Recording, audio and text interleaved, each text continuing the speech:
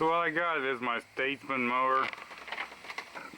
This is my spare mower. It's 46-inch cut. What it's got here is an 18-horse V Twin Briggs. Well, I started having an issue with one of the cylinders not running up to par.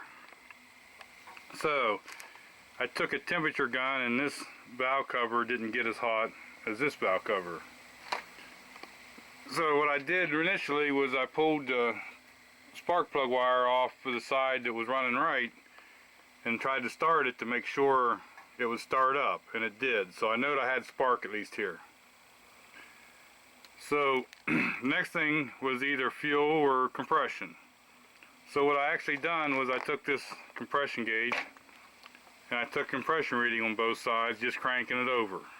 And I had 120 and like 125 over here. Now, on a Briggs, that's kind of controversy because with the compression release in the valves, you can't always trust compression reading on a motor like this because you're releasing the compression at such a low RPM. But what I was looking for was similarity. I was looking for a comparison number between the two. Okay, now I know that I got spark on each side, and I know that the compression is about the same, at least on cranking, okay, as far as I can tell. So next thing was I pulled this carburetor off, and there it is.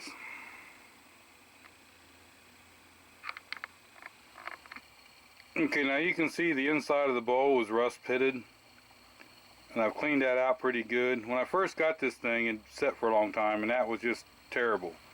In reality, it really needs that bowl replaced. But that wasn't the issue. So when I actually pulled the carburetor apart, this goes into the bottom of this pickup, and see, this one only has one jet in it. The earlier carburetor I'd done has the white one, and where them two holes is inside, there's two jets. But with the older models, you only had the one jet. But there's an O-ring right here, and this O-ring was all dried up and cracked and everything, and I seen little slivers of O-ring everywhere. So I got looking at this main body, and you can see right here above the emulsion tubes, there's two holes. You can kind of see the daylight through them, one over here and one here. One was plugged up, and it happened to be to the side that wasn't running right. So I sprayed carburetor cleaner in there and blowed them out good with air hose and all, and I think I got it fairly clean. I like to soak it, but I should buy a new gasket, but I'm not. I'm just going to put it back. So this pickup tube is a little different than the one I'd showed you. Let me see if I can find the white one. Okay, like this one here, that has an O-ring on it that goes up, and you only got the one jet. That's what brings the fuel in. The little bit newer one has the two holes in it, and it's just a plastic piece that goes up in there with an O-ring. Now this one with the two jets, if you have one that has a white tube, you got to be careful that these jets don't fall out on you, because there's a right and a left cylinder jet, and they are different sizes. But on the older ones it's like this, you really don't have that issue. So now what I'm going to do here, I'm going to sort through all these pieces, and we're going to put this carburetor together. I'll bring you back on some of the steps here. Now this side has the choke plate that goes through, and it does have that little felt like washer. Try to keep that if you can. I mean, if you need to, you could actually probably make one. But on this side of the carburetor where the choke plate goes in, there's this piece here. And that's why you got to take the choke plate out, is to get to this, because there's one screw in the middle. But there's a gasket here. Where's that gasket at? Right here. Sometimes in these gaskets, for some reason, these four top holes will seem to get plugged over. And when it does, then it can't draw the right amount of fuel up through because of the way the air is and stuff in the carburetor. So I've seen a lot of people try to rebuild these carburetors, not change this gasket, and it still didn't run correctly. So we're going to put this gasket in, because that's a fairly new one. This, and then the one screw in the middle. I'll make sure that all these holes in these little motion tubes with the holes inside and all are really cleaned out good. This one looks stained, but I know all the passages are cleaned out good. Then you got this little gasket that goes on here. And if you look at the bottom of here, it's recessed in. You can lay that gasket right in there. And then you can put this right on. You can only go one way because these two bolts are offset. Now at the top you see how that needle valve has that little recess in it. And then on this float, you got that little channel there. So that needle valve just fits right in there. Hard to do this looking through the viewfinder. You gotta be careful not to lose that needle valve when you're doing this. You just stick this right over it. There is some tangs on here made out of plastic, so if you really had to, you might be able to adjust this, but they're really not made to be adjusted. And then you just want to stick this pin back in. Now I'm going to have two hands for that probably. Now on this little gasket that goes around the outside for the bowl, make sure that channel is cleaned out really good. If not, this will leak. Okay, there it's on there, and you can see holding the carburetor upside down, the float's just about level. That's normally what most carburetor floats set at. You could check the specs to see. And the next thing we're going to do is we're going to put the O-ring on this piece. Okay, now here's a new one on here. I like to dampen that, even if it's just take and lick your finger and wet it or whatever. I like to wet them just so they slide in easier. Okay, now with that in there and the screw all snugged up, we can put this choke lever back in. And then there's just the two screws that goes in that holds the throttle plate. Now, when you put that throttle plate in, you can kind of see here where the witness mark, where it's been against that shaft. Make sure that you get it in there and do it the right way to where it can have clearance to move. Now I always like to put just a drop of Loctite on them two screws. Okay, now that I got that on there, now remember these are little screws and they're soft metal, so don't be twisting them off. You want to make sure that this thing goes down like that. You want to make sure this works freely before you go on. If not, you'll be taking it back apart. So now we can put the body of this back together. The one issue I'm having right now seems to be the O-ring that goes on here.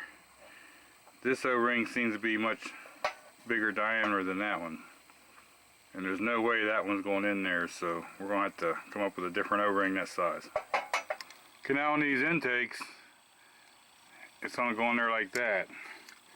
So the carburetor will go just like this. And now see these little indentations? That's where these bolts go into. 4 of them. Okay, one other thing I did do, I put this top cover on. It's just a plate with the 3 screws on it. Now these, this 4mm, seems to fit these really well. So you want to snug these down, and you want to go a little here, and keep crossing around. That way you bring it down even.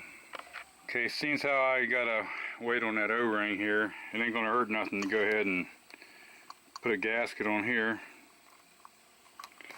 and put our intake on.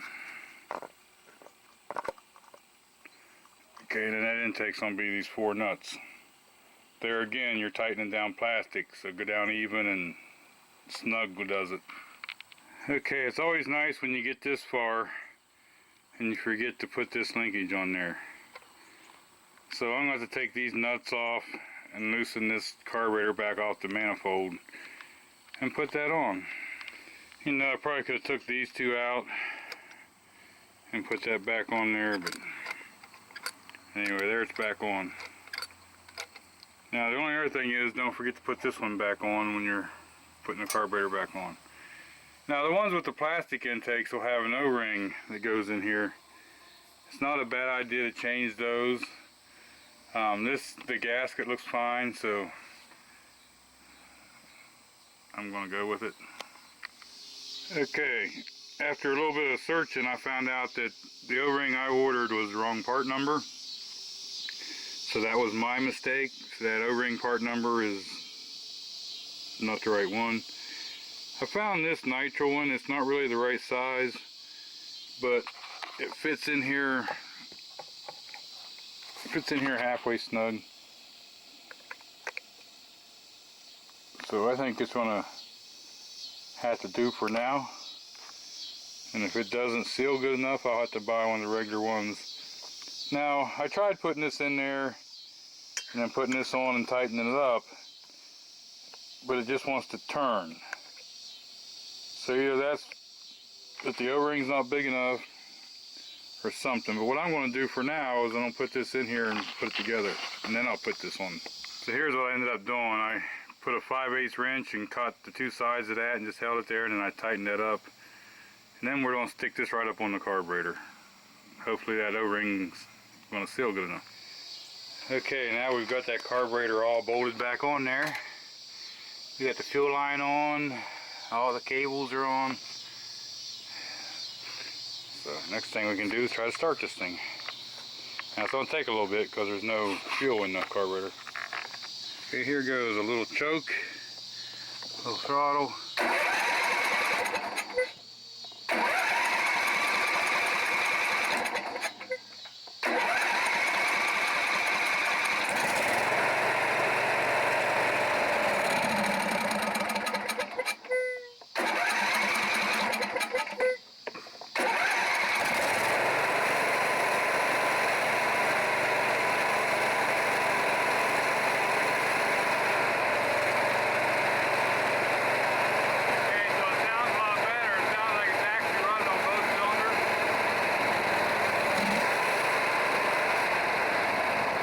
Okay, we just had this thing running. Let me see if I can get it with no glare.